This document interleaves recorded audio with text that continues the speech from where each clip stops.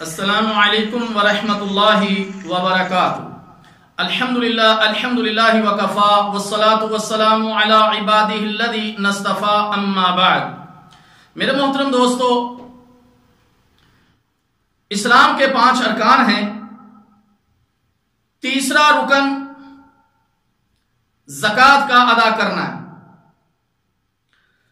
زکوٰۃ کا لغوی معنی تو پاکیزگی کے ہیں اور اصطلاحی معنی اپنے مال میں سے ایک مخصوص حصہ غربا کو دینا۔ غربا کو مال دینے کو زکوٰۃ اس لیے کہتے ہیں کہ مسلمان کے مال میں اللہ تعالیٰ نے غربا کا حق رکھا ہے۔ جب ان کا حق نکال دیا جاتا ہے تو باقی مال خالص مالک کا حق اور اس کے لیے پاکیزہ و حلال ہو جاتا ہے۔ اس کے علاوہ زکوٰۃ دینے سے آدمی کا دل حرص و حوث سے بھی پاک ہو جاتا ہے، جیسا کہ اللہ تعالیٰ جل شانہ کا فرمان ہے، اعوذ باللہ السمیع العلیم من الشیطان الرجیم، خذ من اموالہم صدقۃ تطہرہم وتزکیہم بہا۔ اے پیغمبر صلی اللہ علیہ وسلم، ان کے اموال میں سے زکوٰۃ لے لیجئے کہ اس سے تم ان کو ظاہر میں بھی اور باطن میں بھی پاک کرتے ہو۔ میرے محترم دوستو، زکوٰۃ ادا کرنا اسلام کا بنیادی رکن ہے۔ زکوٰۃ کا نظام اپنے کثرت فوائد اور غریب مسلمانوں کی ضرورت کے پیش نظر اسلام کے محاسن کا ایک اعلیٰ نمونہ ہے، اور اس بات کا واضح ثبوت ہے کہ اسلام اپنے ماننے والوں کے حالات کی کس قدر نگہداشت کرتا ہے۔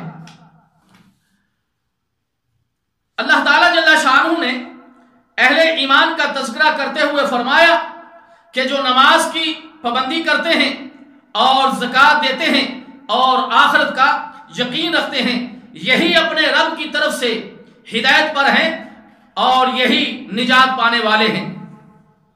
میرے محترم دوستو، زکوٰۃ کے فوائد، زکوٰۃ کا اعلیٰ ایک بہت بڑا فائدہ یہ ہے کہ اس سے دولت مند اور فقیر کے درمیان الفت و محبت کے رشتے مستحکم ہوتے ہیں، کیونکہ انسانی نفس کا یہ خاصہ ہے کہ یہ اس کی محبت سے سرشار ہو جاتا ہے جو اس کے ساتھ احسان کا معاملہ کرتا ہے۔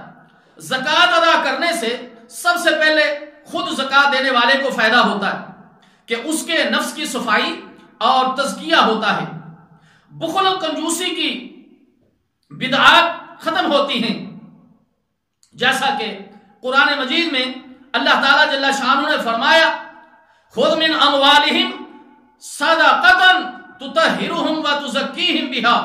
اے پیغمبر صلی اللہ علیہ وسلم، ان کے اموال میں سے زکوٰۃ لیجئے کہ اس سے تم ان کو ظاہر میں بھی اور باطن میں بھی پاک کرتے ہو۔ میرے محترم دوستو، ہر وہ مال جس کی زکوٰۃ ادا نہ کی جائے وہ کنز ہے اور اس کے مالک کو قیامت کے دن سخت عذاب ہوگا۔ رسول اللہ صلی اللہ علیہ وسلم نے ارشاد فرمایا، جس شخص کو اللہ تعالیٰ مال دے اور وہ اس کی زکوٰۃ ادا نہ کرے تو اس کے مال کو گنجے سام میں ڈھال دیا جائے گا، جس کی آنکھ کے اوپر 2 سیاہ نقطے ہوں گے، اور یہ اسے دونوں باچھوں سے پکڑ لے گا کہ میں تیرا مال ہوں، میں تیرا مال ہوں۔ پھر نبی اکرم صلی اللہ علیہ وسلم نے یہ آیت مبارکہ تلاوت کی، جو لوگ مال میں جو اللہ تعالیٰ جل شانہ نے اپنے فضل و کرم سے ان کو عطا کیا ہے بخل کرتے ہیں، اس بخل کو اپنے حق میں اچھا نہ سمجھے، وہ اچھا نہیں بلکہ ان کے لیے برا ہے۔ وہ جس مال میں بخل کرتے ہیں، قیامت کے دن اس کا طوق بنا کر ان کی گردنوں میں ڈالا جائے گا، اور آسمانوں اور زمین کا وارث اللہ تعالیٰ ہی ہے، اور جو تم عمل کرتے ہو اللہ تعالیٰ سب جانتا ہے۔ سیدنا ابو ہریرہ رضی اللہ تعالی عنہ بیان کرتے ہیں کہ رسول اللہ صلی اللہ علیہ وسلم نے فرمایا، جو سونے یا چاندی والا اس میں اس کا حق ادا نہیں کرتا، اس کے لیے قیامت کے دن آگ کی چٹانیں بنائی جائیں گی اور ان کو جہنم کی آگ میں خوب گرم کیا جائے گا، اور ان سے ان کے پہلو، پیشانی، پشت کو داغا جائے گا۔ جب وہ ٹھنڈے ہو جائیں گے تو ان کو دوبارہ گرم کیا جائے گا۔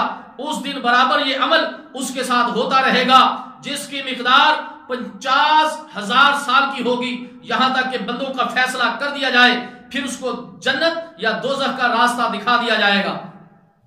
اسی طرح میرے محترم دوستو، جن چیزوں میں زکوٰۃ واجب ہے وہ 4 اموال ہیں، سونے چاندی اور نقدی وغیرہ، مویشی مثلا اونٹ گائے اور بکری وغیرہ، ہر قسم کے تجارتی اموال، زمین سے حاصل ہونے والی اشیاء مثلا پھل غلہ معدنیات اور دفینے وغیرہ، ان میں ہر قسم کا نصاب مقرر ہے اور اس سے کم میں زکوٰۃ واجب نہیں ہے۔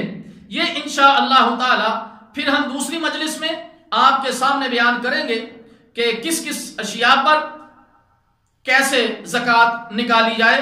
والسلام علیکم ورحمۃ اللہ وبرکاتہ۔